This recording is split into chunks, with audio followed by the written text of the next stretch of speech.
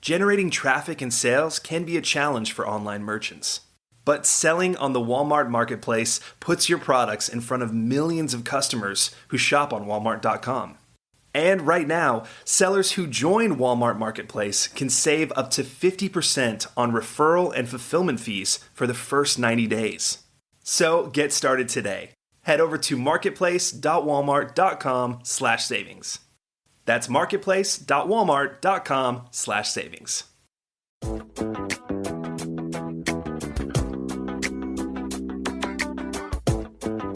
Welcome to E-Commerce Conversations, a weekly podcast focusing on e-commerce topics featuring interviews with prominent people in the e-commerce space.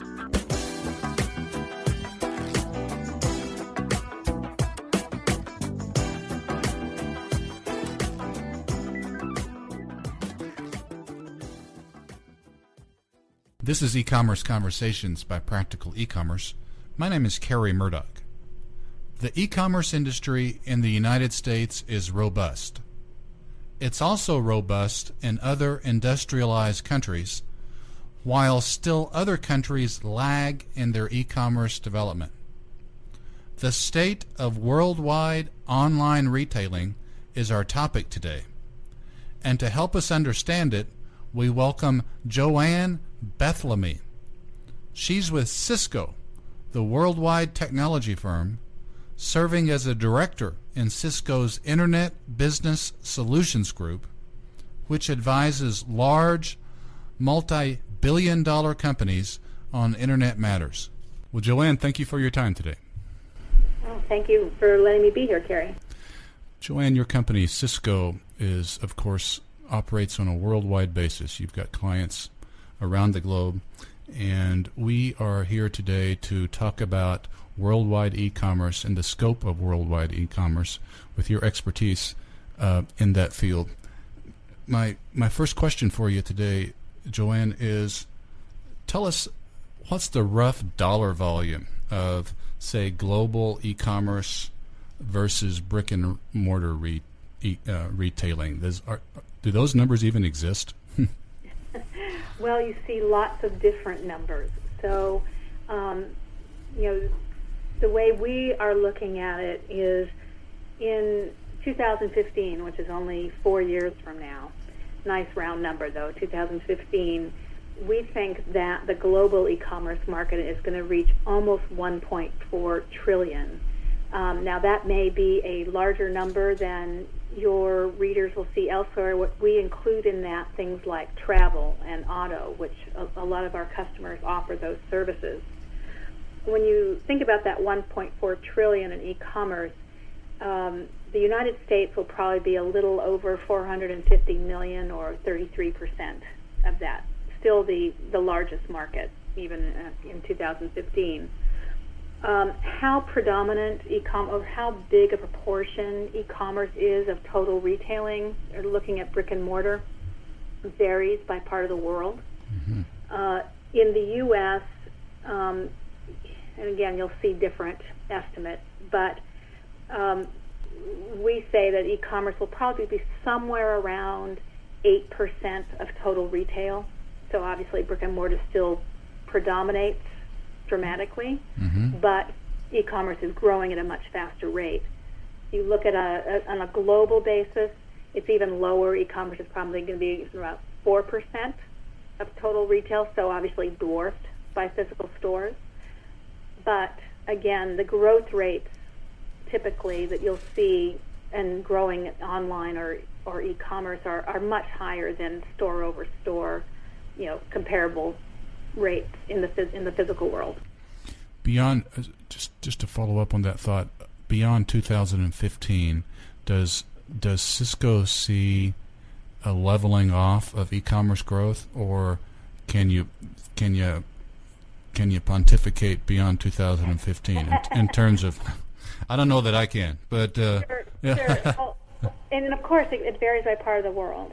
Between now and 2015, we think the growth rate globally will average somewhere around 13.5%, each year on an average growth rate. Of course, those markets which are more developed like the U.S. or the U.K., we'll see lower growth rates because they're growing at a lower rate, though still much higher than physical stores.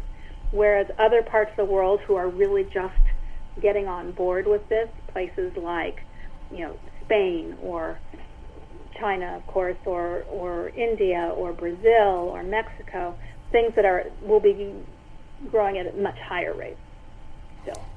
What about specific or general, I should say, products and services? Are there product categories or service categories that you see growing relatively more quickly? Yeah, absolutely. First of all, regardless of what your readers sell, every product segment is going to grow online for the foreseeable future. It doesn't matter what you're selling. You need to be online. And because all categories are going to grow somewhere between 10 and 15% a year, for the next several years. There are some categories which are at the high end of that, motor vehicles, and expected to grow at about 15% compound annual growth rate. Food and beverage, about 13%. Furniture, 13%. Those are some of the higher growth sectors. You mentioned, I think you said earlier, Joanne, that roughly 8%, maybe at 2015, somewhere in the neighborhood of 8% of total retailing in the U.S. will perhaps be e-commerce, if I understood those numbers correctly. Yeah. How does that compare with other industrialized countries around the world? I don't have those numbers right on hand, but the industrialized is kind of in the middle. So, for example, in the UK, they're up at about 11% today. 11% in the UK today of retail is e-commerce. So they're out ahead of us. Other parts of the world that where, for example, Japan, they still kind of prefer to shop in person, even though they have a very strong e-commerce. It's going to be a little lower. So it will depend on the culturally. So we're somewhere among industrialized countries. We're somewhere in the middle, the U.S. Yeah. What about consumer buying habits in other parts of the world? Perhaps other industrialized countries that have an active e-commerce industry generally. Do those consumer habits vary? And by consumer habits, like shipping or smartphone usage or any other differences among countries? There are tremendous differences between countries. So, for larger retailers and perhaps your readership who are thinking about actually creating separate country websites, you really have to be very in tune with each country's differences, but to highlight some of the ways that they differ. So we talk about payment customs. Payment preferences vary dramatically across cultures, usually based on that country's history. So, for example, someplace like Germany, which had tremendous inflation after the last wars, they really don't tend to use credit cards as much, or at least some of the older generations. So they want to pay for their online purchases with online bank transfers and PayPal more than they want to pay via credit card. Someplace, Japan, Taiwan, Mexico, a lot of people want to pay COD, cash on delivery, which is very different than the United States, where it's primarily credit card or PayPal. So payment preferences really need to be looked at if you're going to open separate country operations, because you want to really unlock the revenue potential in any particular country. So you want people to be able to pay in the way they want to pay, so they want to shop with you. Now, for a smaller website, perhaps with some of your readers, you won't get into that complication quite as much. Are there e-commerce merchants around in different areas that sell products on a COD basis off an e-commerce site? Oh, COD is quite common in Mexico, Japan, and Taiwan. Off an e-commerce site? Oh yeah, those are that's some of the major ways to pay for e-commerce, for example, in those 3 countries. Wow. Yeah. So, for example, you asked differences. Here's more differences. Different countries have actually more sophisticated shipment and pickup options than we do in the United States. So, for example, in Japan, has a very sophisticated, fast, and cheap delivery system for e-commerce.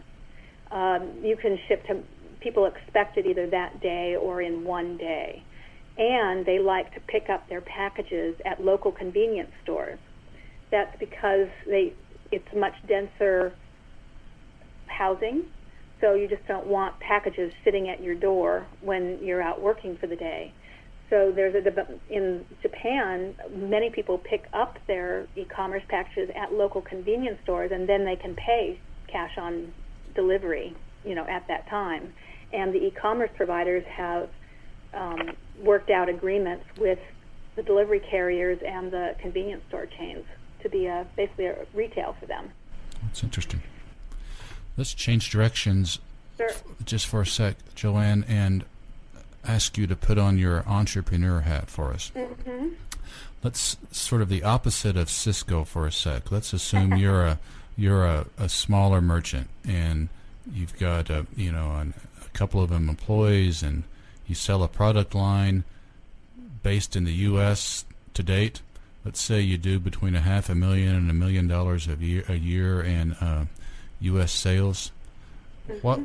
What would be your strategy for international sales, or would you even go there? Well, first of all, I'd ask myself, is what I sell, who is it interesting to? Right? Mm-hmm. Do I sell things that are so unique that lots of people around the world, would like it? Do I have a specialty that is in demand in other places? And if so, where?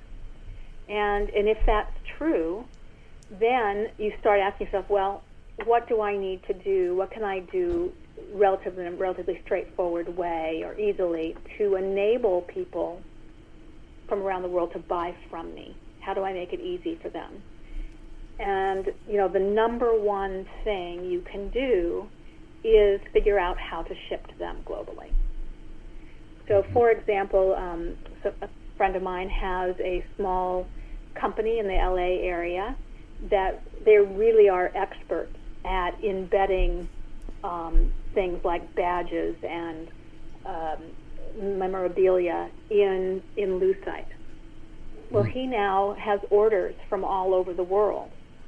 And, his website looks like any small business website, but he does ship anywhere. And he's worked out with places like FedEx and DHL and the post office, to ship anywhere. So that's easy. That's the number one thing. Beyond that, you might want to consider closer in international markets, Canada and Mexico. Mm-hmm. And there are now third-party suppliers out there who specialize in helping businesses, just ship and deal with the customs and tariffs and currency conversions and so forth to Canada and to Mexico, or anywhere actually around the world now. But that might be a place to start. If you have something in particular that the Hispanic market would be interested in, then of course you're going to want to perhaps have a Spanish version of your site, a translation into Spanish, or be able to ship easily into Mexico. The example you cited there of your friend, I didn't catch what he or she sold again. So if you imagine used a lot for retiring police officers or something memorable, your badge. They have a manufacturing company that can encase anything in clear lucite, so you can have it on your shelf to look at, and it could be anything. But it's a very particular specialty that is in demand, and now they get orders, from around the world. Does that particular site, to your knowledge, do they translate? Do they provide any? Do they translate any content? Nope. Yep. That's why I say it's the first. If you're going to do anything, just do one thing. You're a small business. Just make sure that you have created the capability to ship globally. Mm-hmm. I mean, if you're going to order from another country, you need to know it's going to get to you. You need to know that you can pay. And in this case, keep it simple. You're going to offer credit cards or PayPal. And then much farther down the line, because it's fairly expensive to translate, would be a translation.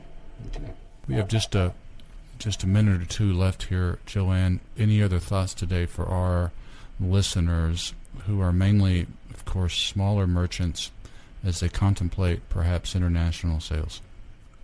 Yeah, I think to understand that it's a very interconnected world now. The world is much smaller. People are ordering from routinely now, especially with things like eBay, from other countries. So not only is it smart because you want to get a global audience to think how to do that, but realizing that you're now competing in a global market because merchants from around the world are actively soliciting U.S. consumers. So it's defensive as well as offensive to think about gaining a global audience. Okay. Well, for purposes of our listeners, we've been visiting with Joanne Bethlamy. Joanne is Director, Internet Business Solutions Group, a director within the Cisco's Internet Business Solutions Group. That website, if listeners want to learn more about the division that Joanne is in, the Internet Business Solutions Group, just go to Cisco.com and search or navigate to Internet Business Solutions Group. Again, that's Cisco.com. And Joanne Bethlamy, a director within Cisco's Internet Business Solutions Group, we want to thank you for your time today. Well, thank you, Kerry.